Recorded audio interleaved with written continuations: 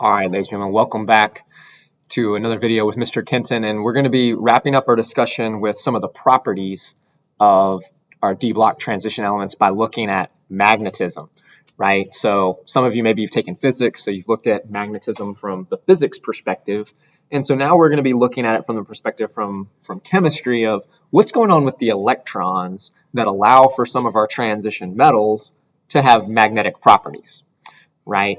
And so as we're going forward, I want you to think about when it talks about unpaired electrons, we have to go back into our understanding of our orbital notation, our orbital diagrams that are representing our electrons. So when it talks about unpaired electrons, I want you to go back to that and think about, okay, if I were to look at the orbital diagram for this particular metal, do I have unpaired electrons? Do I have electrons that are just with an upspin? Right? Or maybe if you drew them with this, the downspin, right? So use that as kind of the context, as the springboard for us having this conversation when talking about magnetic properties in transition metals. So I think this is going to be a pretty neat video, pretty neat topic. Let's go ahead and dive in, guys. So magnetic properties. So we know that based on the electrons, that every electron that's spinning in an atom or molecule can behave as a tiny magnet.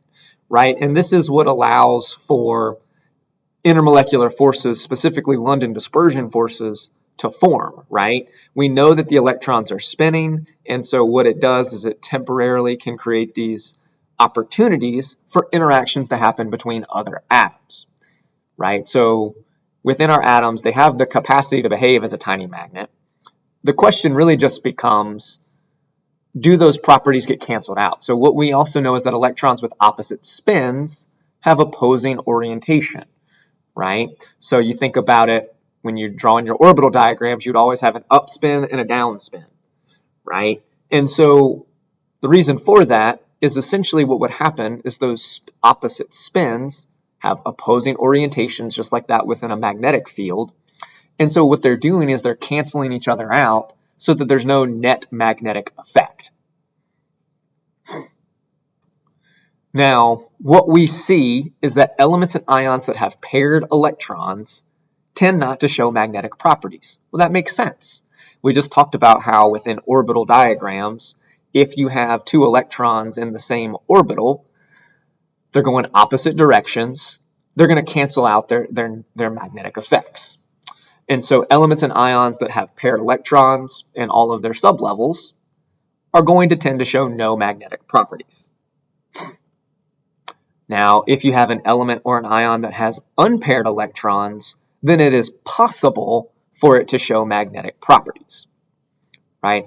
We want to be careful here because we're not saying that every single element or ion that has unpaired electrons will show magnetic properties. There's some other factors that we have to consider that are working through this. And again, I want us to think of it from the context of our transition metals discussion that we've been talking about, right?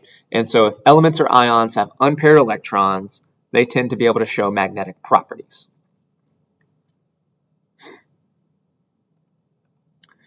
Now, there's different types of magnetism. So the first one we're looking at is diamagnetism. And so diamagnetism is a property of all materials.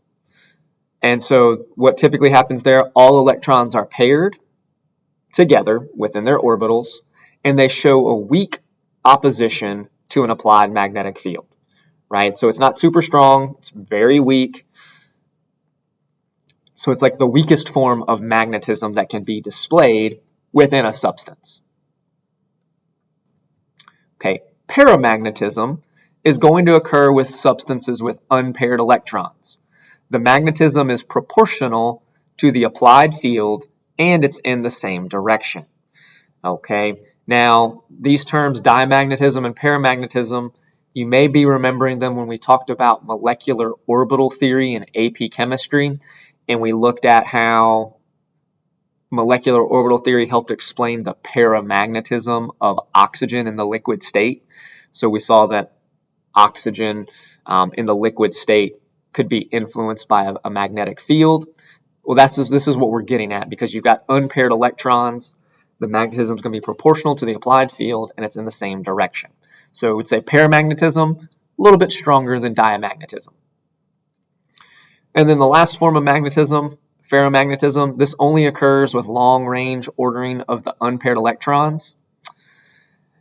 And the magnetism for something that's got ferromagnetism can be greater than the applied field that's impacting that particular substance. So I guess if we had to rank these in order of strength, you'd have diamagnetism as the weakest, paramagnetism's in the middle, and then ferromagnetism would be up at the top, right, with the strength of its magnetic field that's being produced. Okay. Now, we look at some of the transition elements, for example, iron, cobalt, and nickel.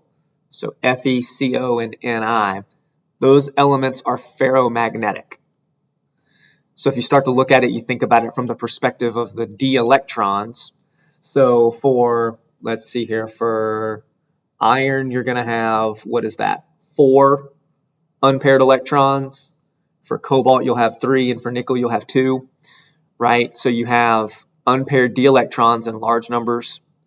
If you get those atoms to line up, assuming you don't have just one, right? They're going to line up with parallel spins in regions called domains, and what that's going to do is that you can organize them when they get exposed to an external magnetic field. And so once that's happened, the really neat thing is the magnetism of those elements can remain even after the magnetic field is removed. So in what we're talking about here is it's almost like you're inducing the magnetic properties of the substance, but then what's going to happen is once that magnetic field is removed for something like iron, cobalt, and nickel, the magnetism of those substances still remains.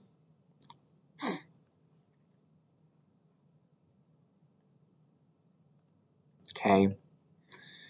Now, your transition metal complexes, so like our complex ions that we talked about, with unpaired electrons tend to show paramagnetic properties as they are pulled into a magnetic field. So again, that means that they've got unpaired electrons, maybe not to the extent that we looked at with something that's ferromagnetic. And so you place them in the presence of a magnetic field, and so then they're able to produce a magnetic field that's comparable in strength, maybe a little bit weaker, than the magnetic field that it was exposed to. Now, with paramagnetism, it increases with the number of unpaired electrons. So it's generally going to increase from left to right across the periodic table until chromium, and then it's going to decrease, right? And so you think about that. As we're going from scandium over to chromium, what we've got happening is you're going to have just essentially 1 electron being added to each d orbital, and then with chromium, even in the 4s sublevel, you've got the 1 unpaired electron, so you got a total of 5 unpaired electrons in chromium, but then after that, you start to see a decrease in the number of unpaired electrons that you have. So paramagnetism is going to increase from scandium over to chromium, and then it'll start decreasing once you go from manganese over to zinc. Now, poor zinc, it's diamagnetic, because when you look at its d subshell, it has no unpaired electrons. Its 4s orbital is completely occupied, and its 3d orbital is completely occupied. And so as a result, there are no unpaired electrons, and so it's diamagnetic, right? So it can have some weak magnetic properties, but it's not going to be on the magnitude of things that have paramagnetism or even ferromagnetism. Okay, and the last thing here to kind of, as we close out as our discussion with looking at the properties of transition metals, is that the common oxidation numbers that we talked about a couple videos back of the transition metal ions, they're actually in the IB data booklet on pages 9 and 14. So that's kind of a neat thing that you'll have at your disposal as a resource. And, as we're wrapping up this particular section, I think it's really neat that what we've been looking at, how it connects to our prior knowledge, right? So we've been using electron configuration. We've looked at, chemical bonding, and we're using in periodic trends, we're using all these different things to help us understand what's going on with transition metals. So I just think that's something that's pretty cool.